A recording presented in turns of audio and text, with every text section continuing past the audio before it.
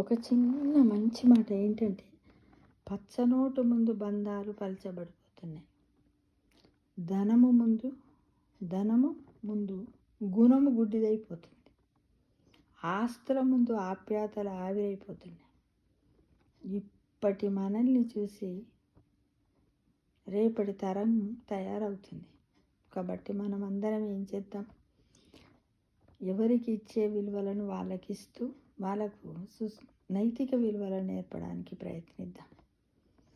పచ్చని నోటు ముందు బంధాలు అంటే మన బంధువులలో పేదవాళ్ళు ఉన్నా కూడా, బాగా పచ్చని నోట్లు ఉన్న వాళ్ళను కూడా అందరికీ ఒకే రకమైనటువంటి గౌరవ మర్యాదలు ఇస్తూ వాళ్ళ ఇంటికి వస్తూ పోతూ ఉండాలి. మన పిల్లల్ని వెంబడి పెట్టుకొని వెళ్ళాలి. లేకపోతే వాళ్ళు బాగున్నోళ్ళు అని కార్లో వచ్చిన వాళ్ళకు బిర్యానీలు పెట్టి, బస్సులో ఆటోలో వచ్చిన వాళ్ళకి మామిడికాయ పచ్చడి పెట్టి వాళ్ళ ముందే మనం ఇలా ప్రవర్తించినట్లయితే వాళ్ళు మనల్ని ఏం చేస్తారు? అనుకరిస్తారు. మనల్ని చూస్తూ ఉంటారు. ఇట్లా వచ్చిన వాళ్ళకి ఇట్లా పెట్టాలా, కార్లో వచ్చిన వాళ్ళకి అట్లా పెట్టాలా, విమానంలో వచ్చిన వాళ్ళని ఇలానా అని పిల్లలు ఆలోచిస్తూ ధనం ఉండాలేమో ధనము అని వాళ్ళ గుణము మారిపోతూ గుడ్డిదైపోతుంది. అంటే వాళ్ళు ఎలాంటి ఆలోచనలు చెయ్యరు పిల్లలు. అంతే, మా నాన్న మా అమ్మ చేసింది కరెక్ట్ అనుకుంటారు. బడిలో కూడా ఒక ఉపాధ్యాయుడు ఏదైనా విషయం చెప్తాడు, తప్పు తను ఏదో పొరపాటు, మనిషి అన్నప్పుడు పొరపాటు చేయకుండా ఉండాలి. ఏదైనా ఉచ్చారణలో ఒక పదం పొరపాటు అయి ఇంటికి వచ్చిన తర్వాత వాళ్ళ అమ్ముండి లేదురా ఆ సారు మర్చిపోయిండేమో ఒకటి చెప్పిండి ఇది కరెక్ట్రా వాళ్ళ తల్లిదండ్రులు చెప్పిన పిల్లలు ఒప్పుకోరు. అలానే మనము చేసినటువంటి విషయాలు బయట వాళ్ళు ఒరే తప్పురా మీ నాన్న అట్లా చేసి ఉంటే లేదు లేదు my mom my dad is correct always అంటాడు. అలా చెప్తాడు ఫ్రెండ్స్. కాబట్టి మనం ఎలా ఉండాలి? వాళ్ళ ముందు చాలా జాగ్రత్తగా ఉంటూ వాళ్ళకు ఈ ఆస్తులు, ఈ ధనము, ఈ పచ్చనోట్లు ఏవి కూడా అది కాదు నాన్న, అవి ఉండాలి. దాంతోపాటు మనకు ప్రేమలు ఉండాలి. ఉంటేనే మనము ఎక్కువ కాలం జీవించగలుగుతాము. అందరితో సంతోషంగా ఆనందంగా గడపగలుగుతాం నాన్న. ఈ పచ్చని నోట్లు మనకి ఏం చేస్తాయి?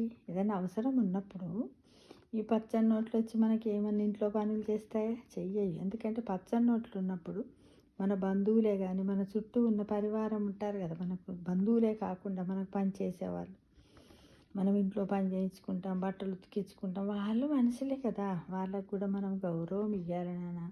వాళ్ళు లేకపోతే బాగుండదు. వాళ్ళు ఏదో ఆర్థికంగా కొంచెం వీక్ ఉండడం వల్ల, వాళ్ళకి ఎలాంటి సంపాదన లేకపోవడం వల్ల, వాళ్ళు మన ఇంటికి రావడం వల్ల మనం వాళ్ళ శక్తిని తీసుకుంటున్నాం. కాబట్టి ఆ శక్తికి సంబంధించినటువంటి ఫుడ్ కోసమే మనం ఈ పచ్చనోట్లు ఇస్తున్నాం బిడ్డ.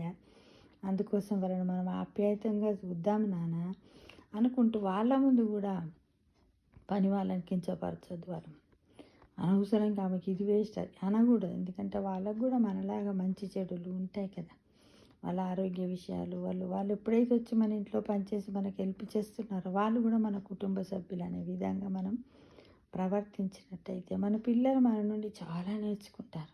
కాబట్టి మనం ఏంటంటే పిల్లలకు ఒక చక్కటి సంస్కార గ్రంథంలాగా ప్రతి తల్లిదండ్రులు, ప్రతి ఇంట్లో ఉన్న వాళ్ళు తయారైతే మనం సమాజానికి ఒకటి మంచి ముడి సరుకుని ఇవ్వగలుగుతాం.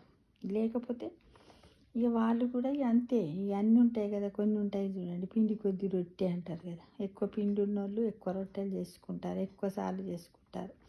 లేని వాళ్ళు ఒక్కసారైనా చేసుకుంటారు, కానీ దాన్ని టేస్టీగా చేసుకుంటారు కదా. అయితే మనం ఎలా అలా తయారు చేద్దాం పిల్లల్ని. తక్కువ పిండితోనైనా ఎక్కువ పిండితోనైనా టేస్టీగా చేసే విధంగా మనము యువతరాన్ని తయారు చేసి సొసైటీకి ఇచ్చినట్టయితే మన వంతు కర్తవ్యంగా దేశం పురోభివృద్ధి జరుగుతుంది. మన హిందూ సాంప్రదాయాలు సంస్కారాలన్నీ కూడా నిలిచి ఉంటాయి. పిల్లలకు ఒకటే చెప్పాలి, నాన్న నువ్వు ఏ దేశం వేయినా ఎందుకు అప్పట గురిజాడ అప్పారావు గారు ఎలా చెప్పారు కదా, ఆ దాన్ని పాటిస్తూ మన యొక్క హిందూ ధర్మ నియమాలను మనం తప్పకుండా పాటించాలి. అన్ని పరమతాలను కూడా మనము ద్వేషించకూడదు, వాళ్ళను కూడా ప్రేమించాలి. ఏ మతం గురించి కూడా మాట్లాడొద్దు నాన్న, అందరితో కలిసిమెలిసి ఉండాలి. మానవుడు అనే ఒక్క ఒక్కటే నాన్న మనందరి మతము అని పిల్లలకు మనం అర్థమయ్యేటట్లు చెప్పాలని నేను నేటి యువతరాన్ని మరియు తల్లిదండ్రులను ఈ వీడియో ద్వారా ఆశిస్తున్నాను. ఓకేనా ఫ్రెండ్స్? అలా చేద్దాం మరి.